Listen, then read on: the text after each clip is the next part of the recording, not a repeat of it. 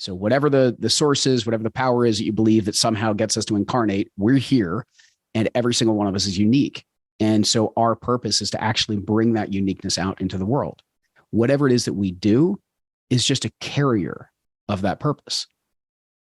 This is Task Time Energy, the purpose-filled productivity podcast. I'm your host, Scott Miller. Welcome to the show.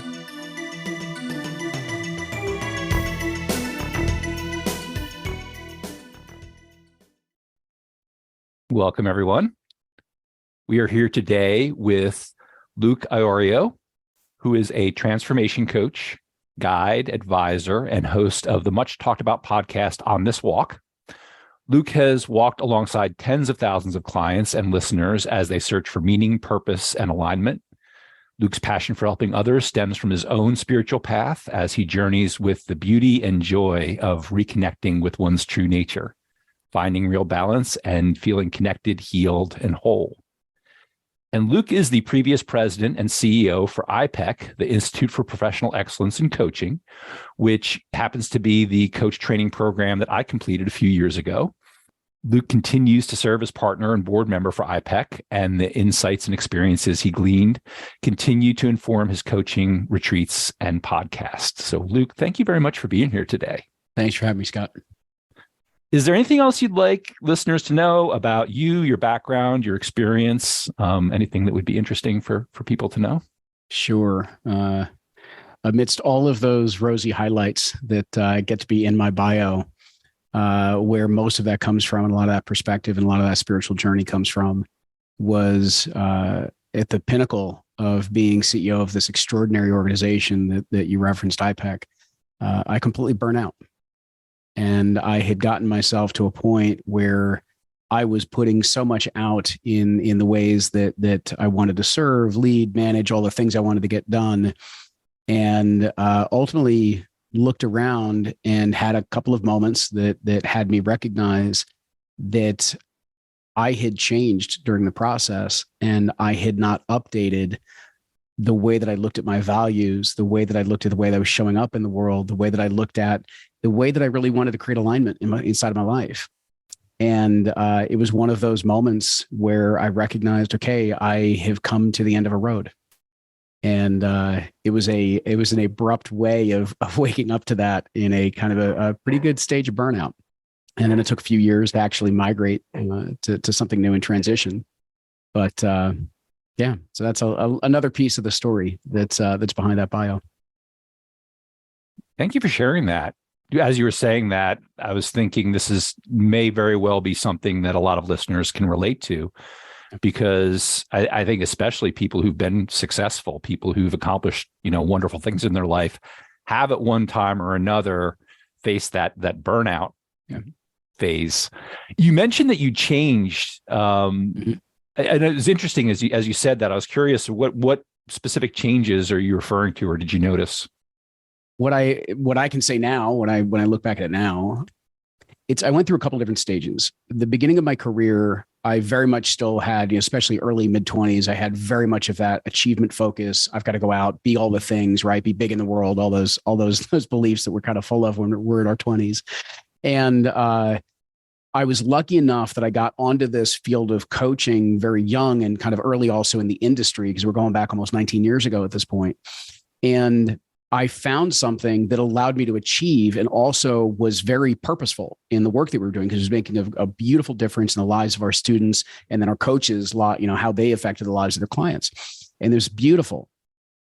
And at the same time, what I didn't realize over that period of time, the things that brought me fulfillment, meaning the ways that I was creating achievement, the ways that I was contributing, were no longer as resonant with me as they used to be. And that's because I became much more focused on the relational values that I have and the way in which I wanted to experience life.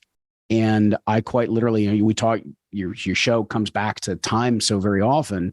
And I recognized that the way that I wanted to spend my time and even my relationship to the pace that I was keeping in life just was not in harmony with where I had gotten to at that point. And so I recognized that a lot of things needed to change because what mattered most to me was changing at that point. You can look at, there's many ways to look. I can look at my personal side of it. I can also look at the research. I've had the chance to sit down with Jonathan Rausch, who wrote The Happiness Curve, and he talks about when we get to whatever middle age is for us. It could be in our early 30s, could be in our late 50s. It's anywhere in between, right? Whatever middle age is to us, we hit this middle age awakening, as opposed to calling it a midlife crisis. And what we begin to see is that our values and the way that we start to think about our place in our families, our place in the world, our place in the community changes. And we do become much more relationally driven. And so it's funny, I interviewed him about that time, and I had that shift of going on of, oh, I know why I'm listening to all of this right now, because I'm literally going through this curve and going through that process. And so I felt a lot of those types of changes. And where the burnout actually came from was that I had changed, but my way of showing up in the world had not yet changed. So what I knew was going on and shifting inside of me didn't match what was being presented outside of me. And that started creating a tremendous amount of friction, because it creates, you've got to put so much more energy into keeping up the way you're presenting yourself when it's no longer really genuinely fully true for you. It had been true for a long time. It was in deep alignment with who I was, but it wasn't true anymore.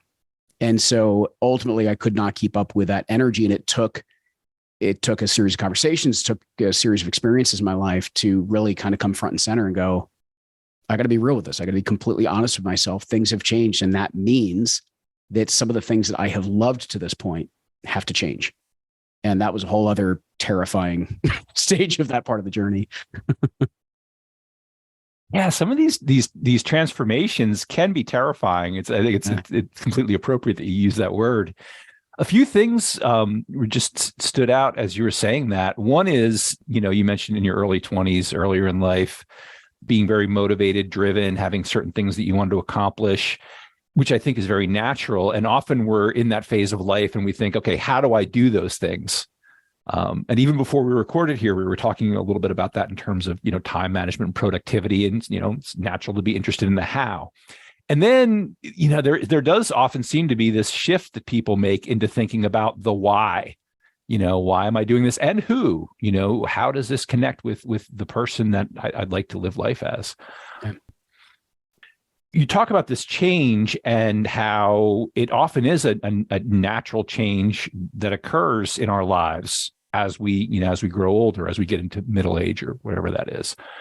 I often wonder too, with some of these things that we accomplish, and I have no idea how common this is. It just, could relate to it as you were saying it, where we'll do something and we'll be in that position where we say, all right, I'm doing it. Like, this is what I wanted to do. I am checking all the boxes and doing this just the way I wanted to.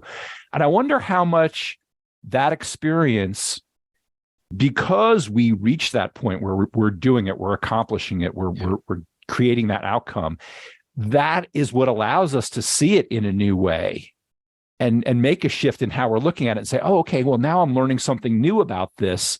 And maybe that creates a tension, that creates some tension there and causes a shift. It can, I think the way, because where I thought you were going to go with that is that I had gotten to that point in my life and I had checked the proverbial boxes like you just described. And I'm checking box after box after box. And on paper and on the outside looking in, it was like everything should be perfect.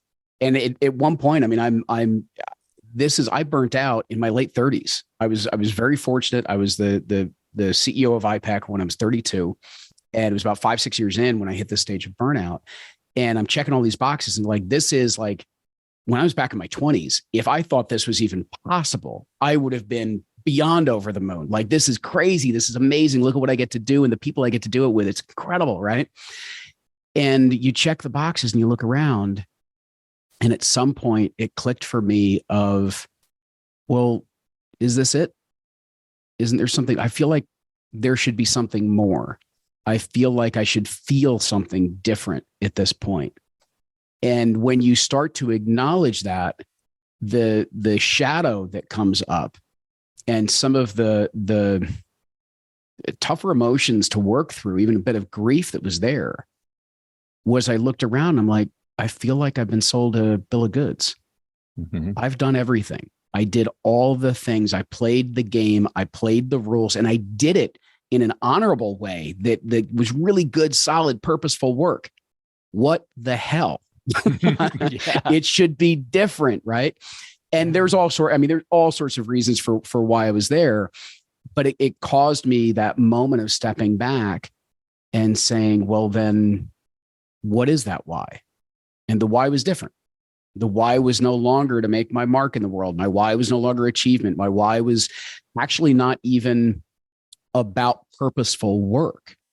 And I think that was one of the things that I can articulate today. It took me a decade of work to kind of find what the way I can describe this today was to recognize how much of when we talk about purpose in our lives, we attach it to what we do and the identity around what it is that we do.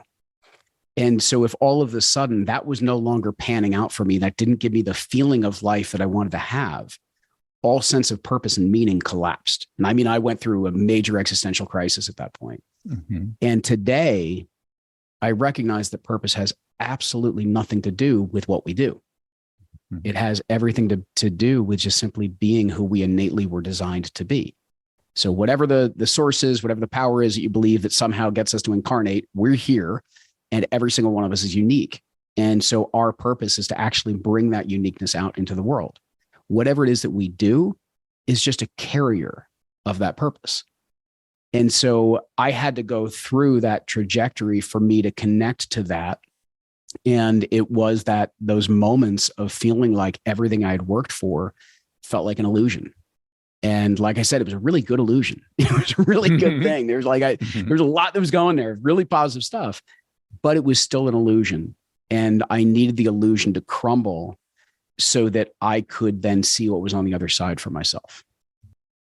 You mentioned grief, which seems like a very accurate way to describe that kind of situation, and frustration and anger, even like you said, like, hey, I did it. What the hell? This is supposed to be, why am I not feeling the way I thought I would feel about this?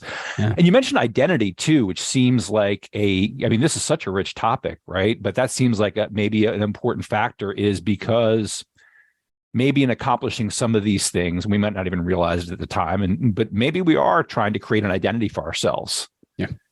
Right. I think that's what a lot of people in some way or another are doing. Yeah. Based on our psychology, we always are. You know, our identity it's a lot of things, but it's one of our ways of creating certainty around who it is that we believe we are. Because if we don't start to have labels and descriptors and qualities that we say, this is who I am, now all of a sudden it's like, well, how do I go through the world if I don't know certain things and draw the line in the sand on certain things? And that's fine. I'm not saying that we shouldn't believe and have certain principles and beliefs, but when we become attached to them, and we stop looking outside the lines, we stop looking outside what the identifier or the label is, well, we stop growing. Not only do we stop growing, we stop looking at all of the possibilities that might be in front of us. And so for us to recognize it's fine to have an identity, there's nothing wrong with that. But how attached we are to that identity is where we get stuck. And that's, for me, that was a major part of my journey, was recognizing that I had become very attached to that identity and where that identity I thought was then going to take me in the future and what that was going to mean. So when I realized that was no longer going to be the course, not only did I go through what was that moment of existential crisis, but if I was no longer the same, then the entire future that I had thought was coming my way based on that identity had to collapse as well. So now I've got no certainty. I don't know who I am. I don't know where I'm going. I don't know what the future holds. And so you're just thrust into this void of uncertainty. I hope there's gentler ways to do this. I think there is, but we need to become very aware of the role that identity plays inside of our lives, because like I said, it will create a tremendous amount of filtering for the way that we view life, interact with life, and the choices we make if we don't check our identity consciously to say, am I choosing that just because it fits in line with the narrative I've always said and told myself? Or am I choosing that because I feel the deeper resonance at a heart level, a soul level, that says this is the way really truly for me to go? who cares what I did in the past? I'm feeling called now to do this. Yeah. Yeah, the certainty, I think, is it plays a big role in it too. The certainty that you mentioned, because maybe that's what we're expecting to get out of that this accomplishment is, oh, this is going to give me some certainty. This is going to be my North Star. Yeah. And then maybe it's not providing that, and that, leads us to this existential crisis. And it is, it's very uncomfortable to go through, I think, but it's interesting because it seems like anybody I am familiar with who has experienced anything like this at the time, they would not describe it as a pleasant experience. But on the other side, it leads to such growth and such understanding. Yeah. And it's that really difficult doorway to go through that leads to this whole new. And I'm curious for you, just for you personally, what has it led to for you? Where, now that you've gone through this door, where are you now? That could be a 10-hour conversation. It's led me to a lot of things. It has led me to a much deeper knowledge and appreciation for what I am and who I am. Mm-hmm. And my relationship with what I feel is a deeper source, by whatever name you choose to call that deeper source. Mm-hmm. It has allowed me to shed a lot of those identity factors are armor in respective ways, and allowed me to shed a lot of that armor and be very vulnerable and open in ways that previously my identity would not have let me be. Mm-hmm. And by opening up and being that much more vulnerable in the way that I approached life, which also meant being that much more honest with myself as to what my blind spots and my shadow and things like that were in my life, that made me even more accessible, first and foremost, to my wife and to my kids. And that, that allowed the relationships to deepen even that much more as a result.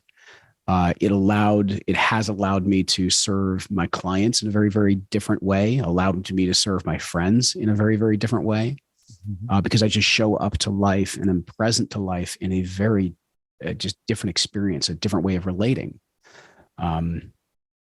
Not to kind of steer this back to the main focus of your show of focusing on time, but one of the other things is my relationship to time was changed pretty dramatically, because it used to be pure productivity, progress. Let's get it done. Let's perform. Let's, et cetera, achieve.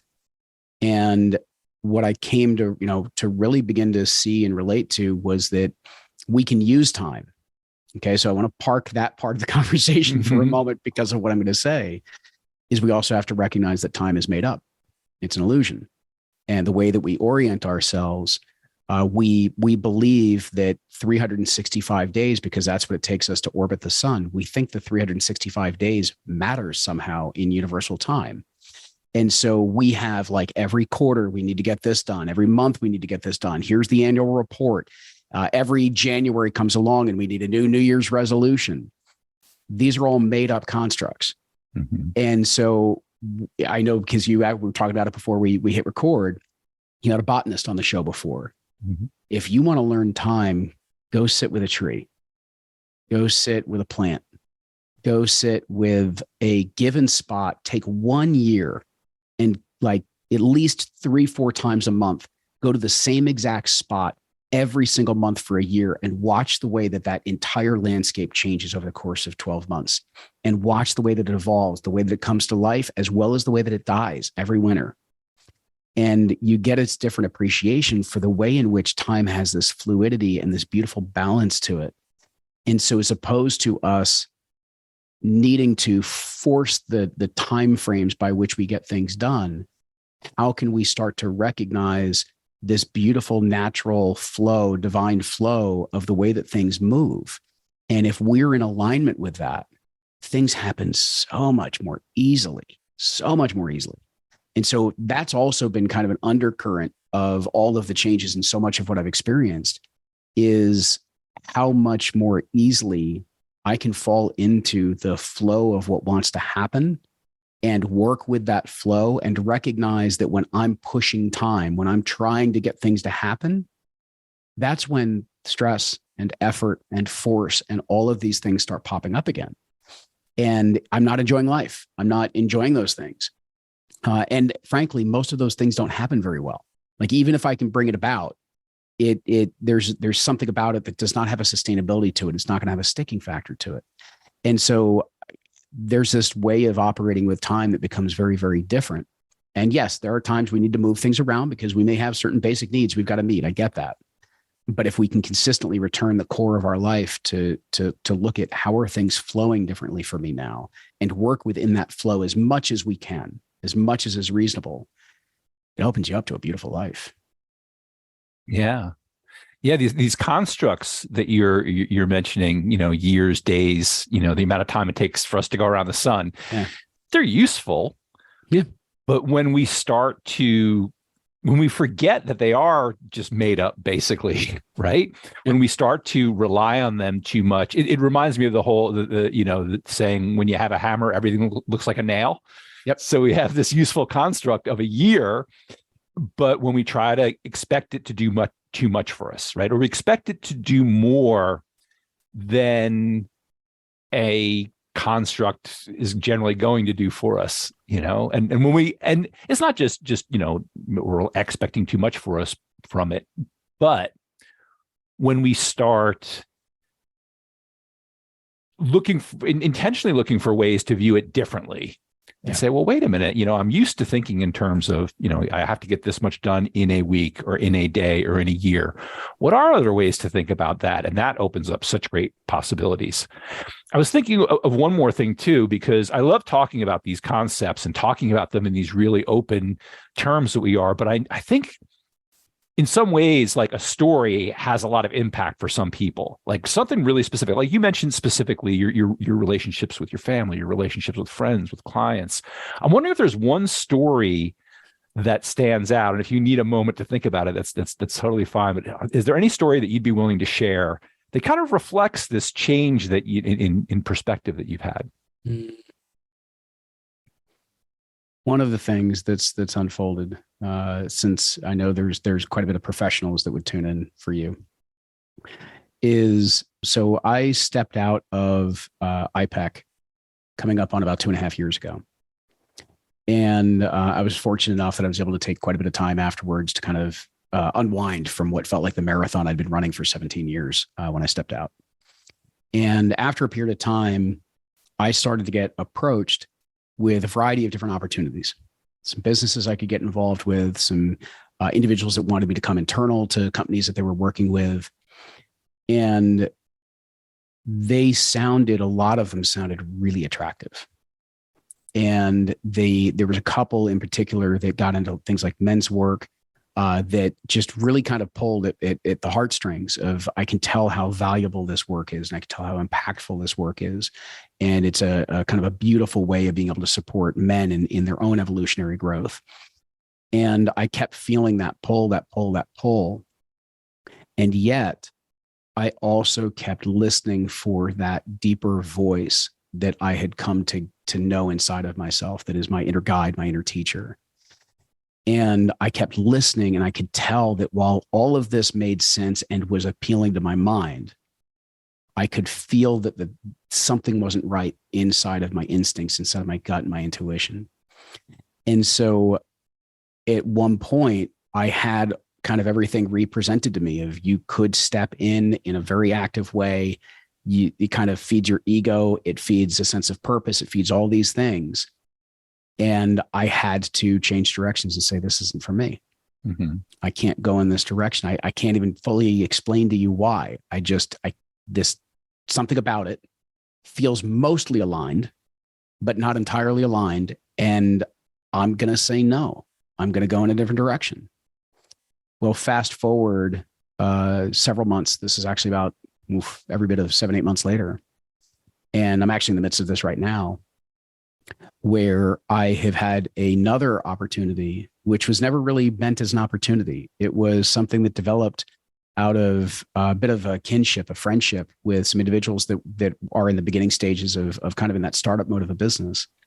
And they're doing just wonderful things. And I was just informally helping them out. It just felt natural to support them. And in that process and the way that it's developed, it actually has led to a partnership with them as well as another organization that I'm now in the midst of getting active again with them, but in a way that is, I'm not in the business, meaning that for me, I can serve them best in that advisory, strategic, and a bit of coaching mentorship type of role. I can serve them best in that capacity so that they can tap into their innate genius and do the things that they are innately amazing at. And if I had bought into the construct of time and not listened to my inner voice and said, well, come on, Luke, it's been 6 months. You got to go back to work. Luke, it's been 12 months. You got to go back to do something. Luke, it's been 18 months. All you're doing is working with a handful of clients. You've got to do something. When people ask you, what do you do? What are you going to say? You don't even have to say anything to tell them. All these things are running through my brain. If I'd listened to any single one of them, I would have made a choice that I regretted. And now I'm sitting in a position where I am just in love with what's unfolding. It feels deeply aligned to not only who I am, but how I am meant to interact and relate and support and serve. And I get to do it with people that I thoroughly adore. Mm-hmm. And it all is coming together. But if I had bought into those old constructs, never would have given myself enough space for this to actually come about. Yeah, that's a really interesting story. Thank you. Thank you for sharing that. Yeah. One thing I'm curious about, I'm really curious to hear your thoughts about this. If someone's in a position where they're looking at an opportunity and they're thinking, wow, this sounds like a really good opportunity. And yet there maybe is also a thought that, am I just grabbing onto this because it's comfortable or familiar or safe? Or am I feeling the outside pressure of, wow, I haven't worked in 6 months, I really need to find a job, or everybody knows that I don't like this job. And so shouldn't I switch? Shouldn't I go somewhere else? I mean, it can be any number of situations that look rosier or look like maybe this is the thing. Maybe this is the next thing that I go towards. Yeah. Sometimes it feels like there are a couple of inner voices. Oh, yeah. You ever feel that? Oh, we've got a whole village that live in here. Yeah, there's a whole party going on in there. So I'm curious what thoughts you might have or experiences, anything you want to share about that. If somebody is thinking, am I making a choice that is really what I want to do, or am I just grasping onto something here? Love you frame this part of the conversation this way, because the number of individuals that I've served through the years that have thought about the thing that's coming up. It's maybe the new job, maybe it's the new promotion, maybe it is the major total switch of whatever it is. And they leap a little quickly, not realizing that, the old phrase of wherever you go, there you are. And very often what looks to be the greener grass isn't actually greener, it was just different. And you wanted different because of the discomfort of whatever situation you happen to be in. So I frame it in that context, because when we're feeling for what's our path, we need to become aware of, number one, the discomfort that we may already be in, because we want to work through that discomfort, but we don't want to make a choice purely to get rid of the discomfort, because we're only going to go recreate it. That's how we have such a society that's dependent on distraction and disruption and avoidance and all sorts of other things that are not serving us right now. So we need to be aware of, okay, where am I at? Like, let me do a check-in. Let me do an inner weather report of where am I at? What's the discomfort? Why am I uncomfortable? Is this something that just looks better, so I'm out of that situation? Well, then I need to take a look at that, because then the motivation for why this looks attractive is very different than if it's something that's deeply like soul, heart level aligned for me. And I'm not saying you should never make those switches. I'm just walking through the process here. Once you've done that, so that what you're really trying to do is restore yourself to a place of peace and balance. Because once you have come to a level of peace and balance and accepted this is where I'm at right now, and now I can look at an opportunity with a little bit of a fresh lens and really evaluate it for, do I really want this? Or do I want this just simply because it's not that, or it shifts me from that? Now, if it feels like maybe this is something I truly want, that's where, again, going back within, for me, it's that inner teacher and being able to listen to what is a deeper voice that comes up from within us. what you're going to find very often is that you're going to hear the many voices like you just joked about, where we've got so many different parts of us. We've got the parts that want to protect, the parts that want to nurture, the parts that want to provide, the parts that want to prove who we are. We've got all these different parts that are in us. And it's okay to spend a little time journaling, like, what are all these different little voices saying? Because then ultimately, in the midst of all of those voices, you will start to connect to the one voice that is that deeper soul level inner teacher for each of us. And that's where you're feeling for the messages. You're feeling for the resonance of what's unfolding. You're feeling for the truth and the alignment of what feels like it's there. And in those moments, you can feel it's almost like you're trying to tune in a radio station.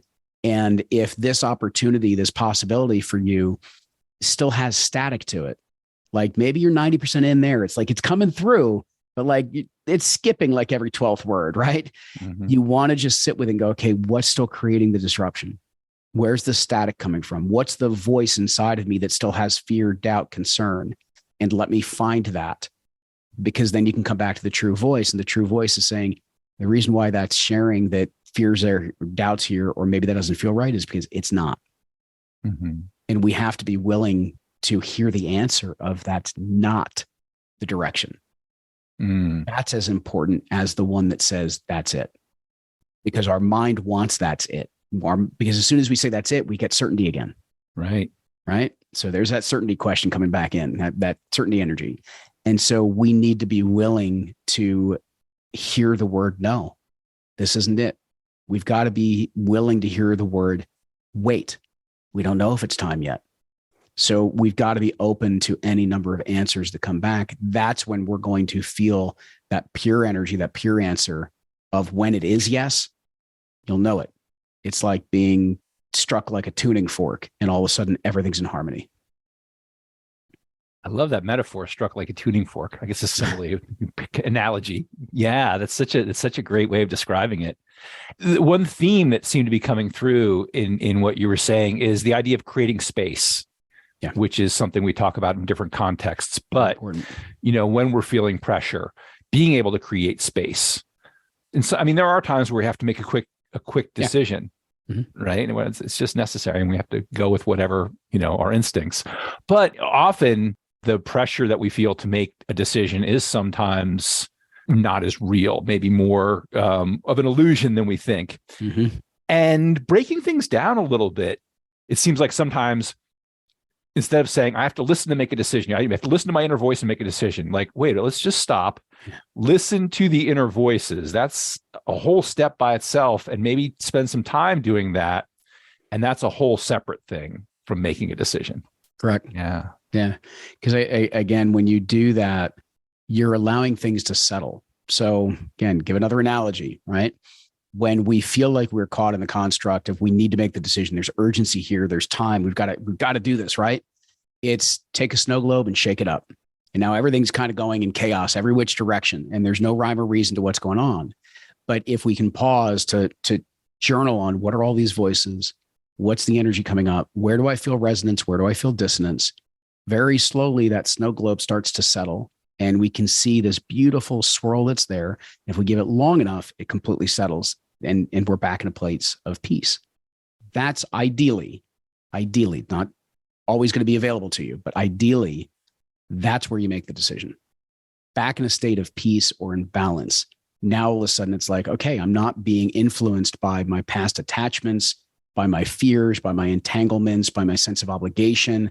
I'm not being influenced by that right now. I've allowed that to settle so I can just look at what's in front of me for what it is.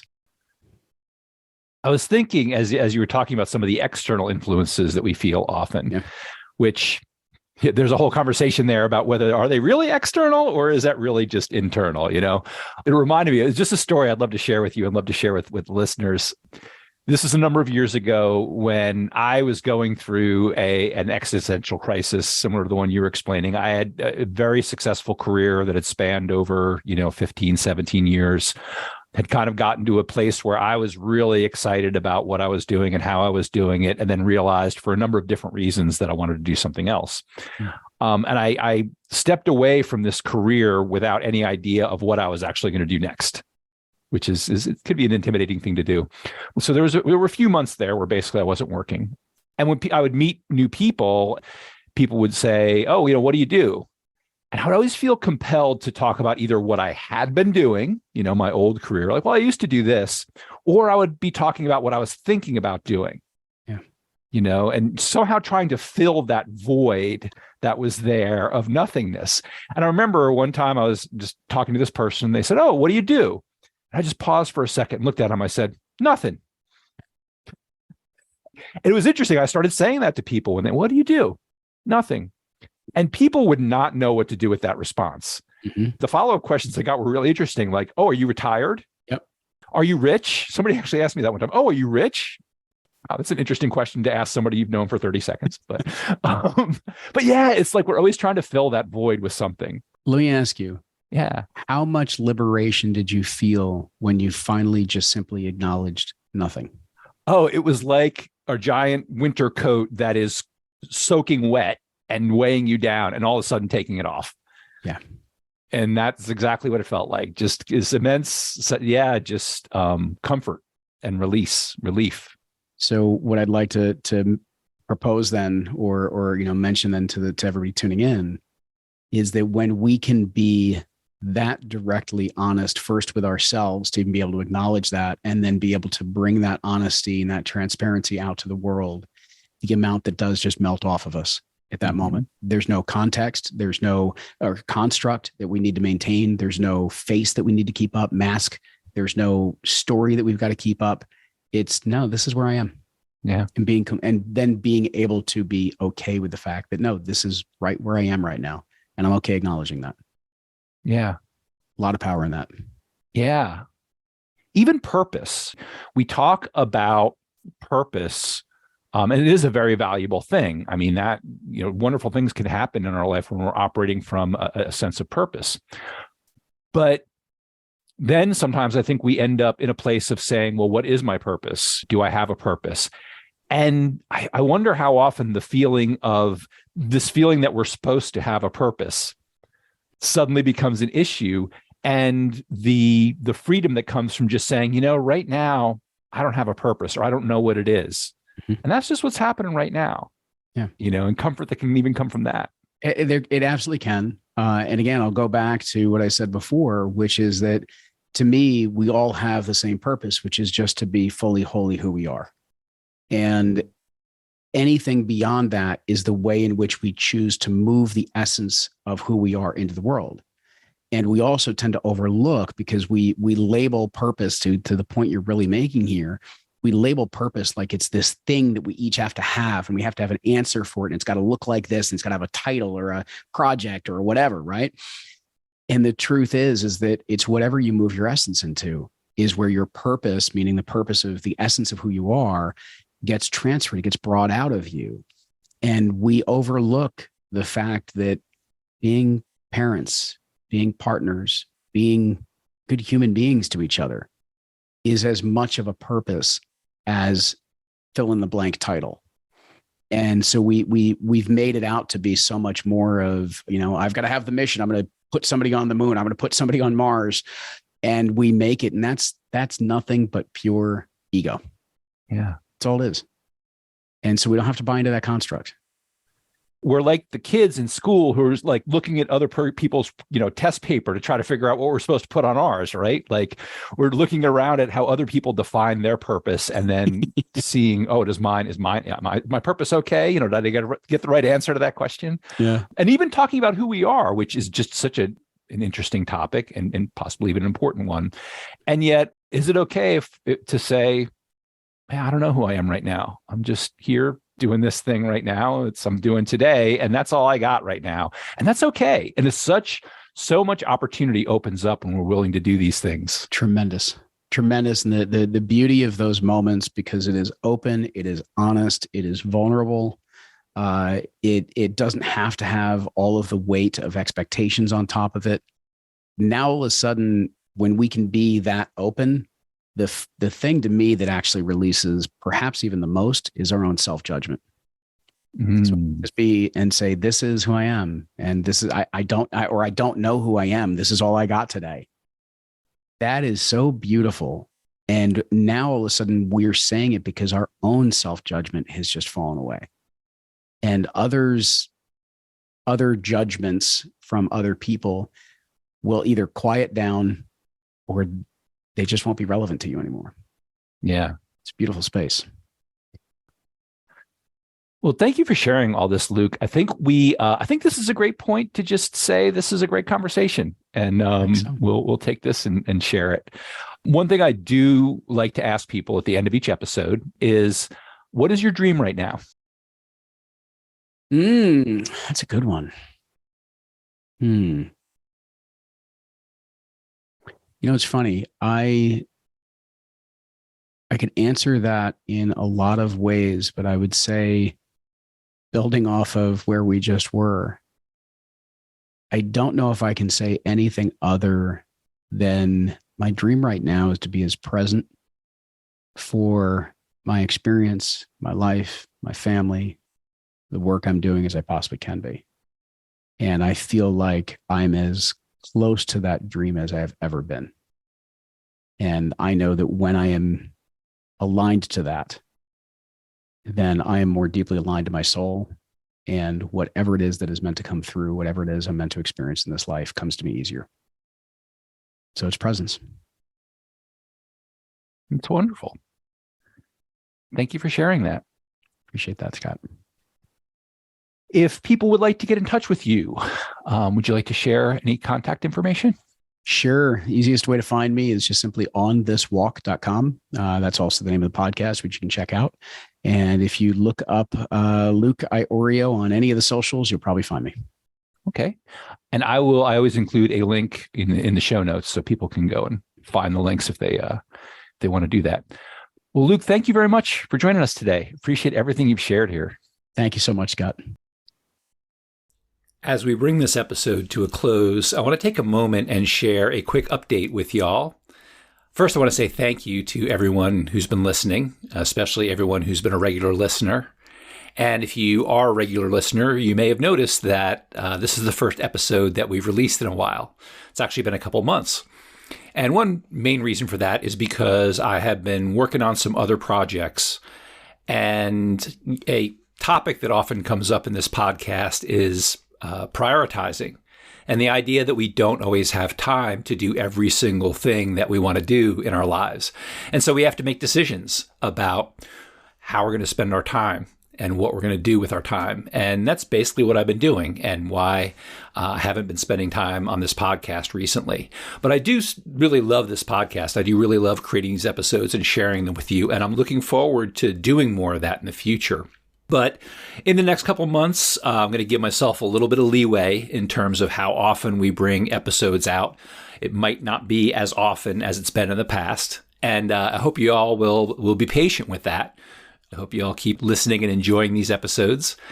You can like or follow or subscribe to the podcast if you want to see when new episodes are released. And if you want to get in touch with me, as always, you can go to my website, scottmillercoaching.com. Again, thank you so much for listening, and we look forward to having you join us again in the future for more great conversations. Take care.